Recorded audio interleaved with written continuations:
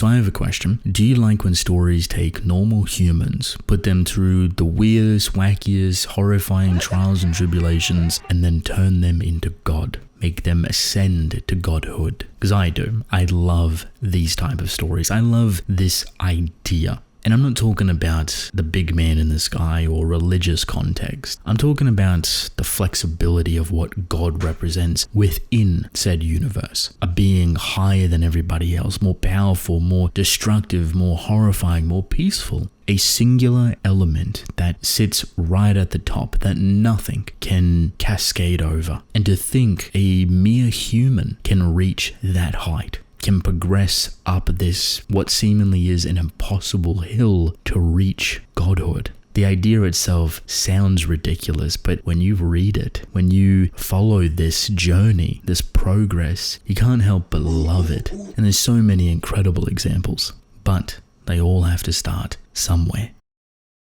I think you really need to humanize your characters, right? And not just like the standard humanization and characterization that you would normally do, right? When you're naturally writing a story, your characters, regardless of the context of the world and everything, whatever characterization you give, it's going to humanize them. How they act, how they feel, what are their morals, their emotions, etc., right? This is all standard. The more you play into that humanization though, the more you provide context to it, I think the better starting point you have. And a really good place of context for humanization, I find, is the world. If you have a world that's dark and brooding and unforgiving, you can fill that right into your character. So what was just standard characterization for human now becomes a little bit conflicted. How do they act with the world that's dark and brooding? How do they feel about it? How do they want to approach it? How does it affect them? And you can do this tug of war back and forth, providing a very human experience up to a certain point. Just remember that the more humanized that you make your character, the more emotionally reactive, the more emotionally fueled that you potentially make them, the more payoff you can have in the future when you turn them, when you give them the godhood title. A great example I love is Eren Jaeger, because the way he interacts with the world sucks. His world sucks. There's no good that comes from it, and whatever good there is, it's usually the companions that he has, and potentially the companions die because of the world, and then it just fuels back into his hatred. So as a child, he loses everything. He watches the horrors of this world, and it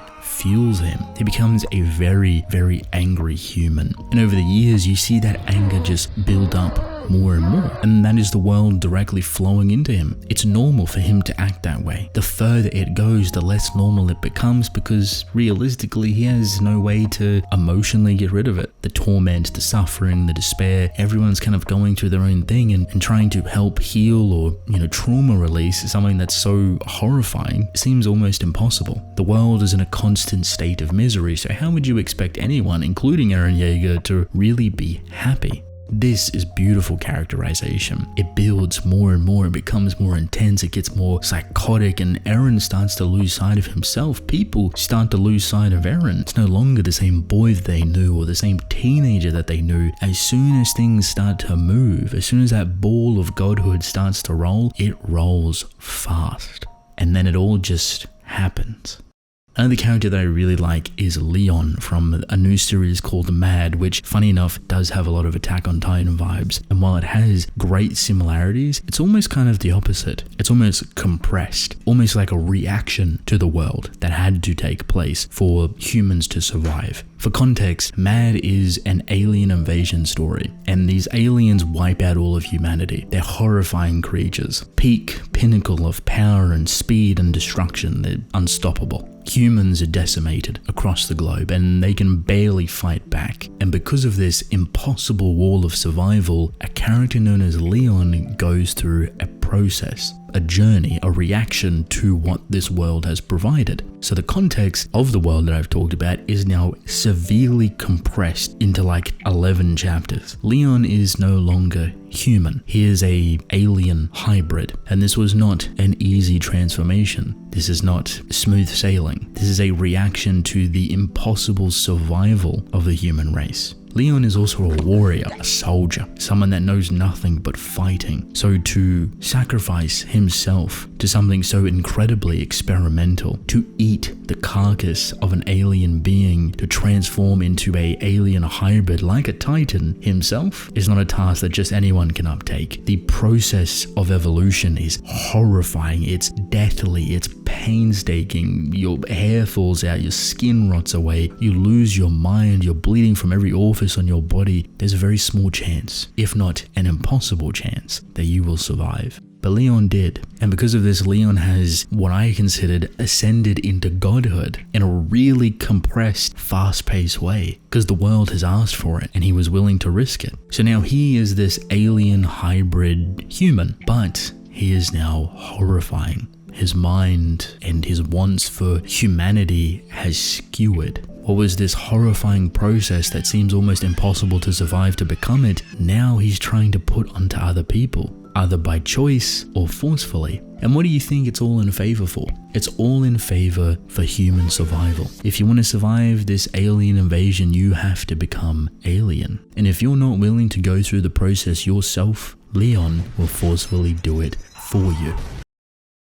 When you become a god or reach godhood, what do you expect that to be? Because you've started with all of this beautiful human development, but now you're in the phase of being a god. What do you hope to achieve? What do you look like? What are your powers or abilities, your morals, your ethics? Do you even have that? Are you still human inside? Or have you lost sight of everything that you once were? In the pursuit of said godhood, you can lose what made you human. And sometimes that could be the price to pay to transition. Naturally, there's a lot of ways to write gods. Do you make them an unstoppable force, something that can't be killed? Or do you drop them down a little bit lower? That maybe a group of humans, even though it seems impossible, could actually fight and beat you. I personally like the stories where the gods aren't unkillable. And killable is a flexible term. Sometimes you don't have to kill the god, but changing it, stopping it, sealing it away, whatever works. The idea that there's some slither of hope that you can take down a god is what fascinates me, because it creates a triumphant story.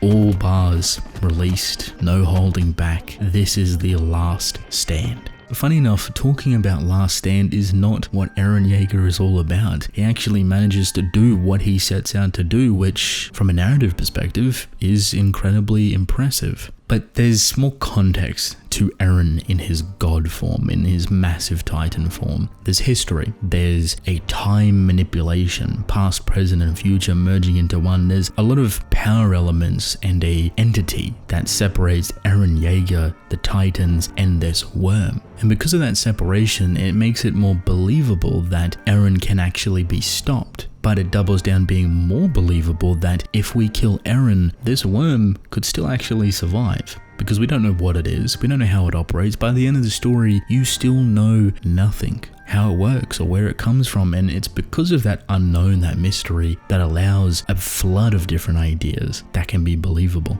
I like to view Eren's titan form as kind of a godhood shell, even though the process of him getting there was tumultuous and difficult and backwards and horrifying, and the whole past, present, and future splitting into one, and him seeing the future and himself and the past and the history and yada yada. There's so many different things, right? I just see it as like a cape. Like Eren himself isn't the god, but more so the worm that's attached to him is this big shell of godly goodness. And this worm has no identity or purpose, morals, ethics, yada yada. It's just an object of power almost.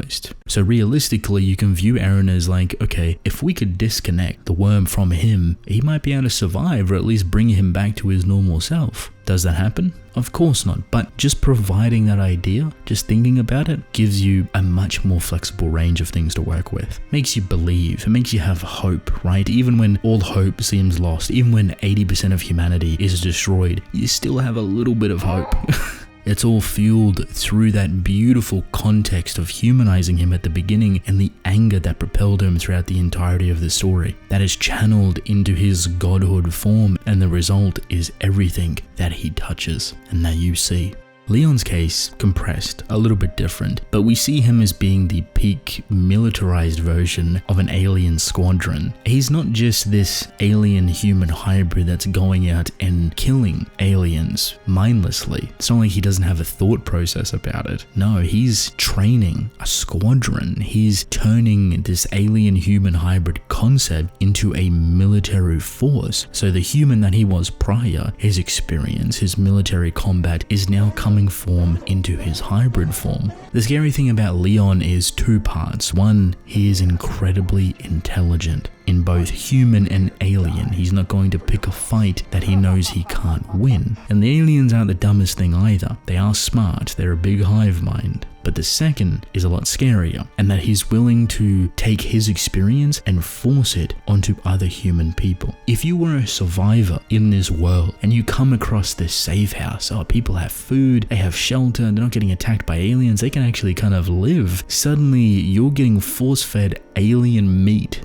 and you're about to go through the most painful experience of your life. And it's all for the cause of humanity's survival. It's messed up. It is disgusting. But Leon doesn't see it that way. But Leon's happy with the progress. He wants soldiers. He wants warriors. He wants humanity to take control, to become their own gods. And he will do anything, absolutely anything, in the most smirky, charming way possible to get what he wants. His godhood is scary, and something that I'm very, very excited to see evolve over time.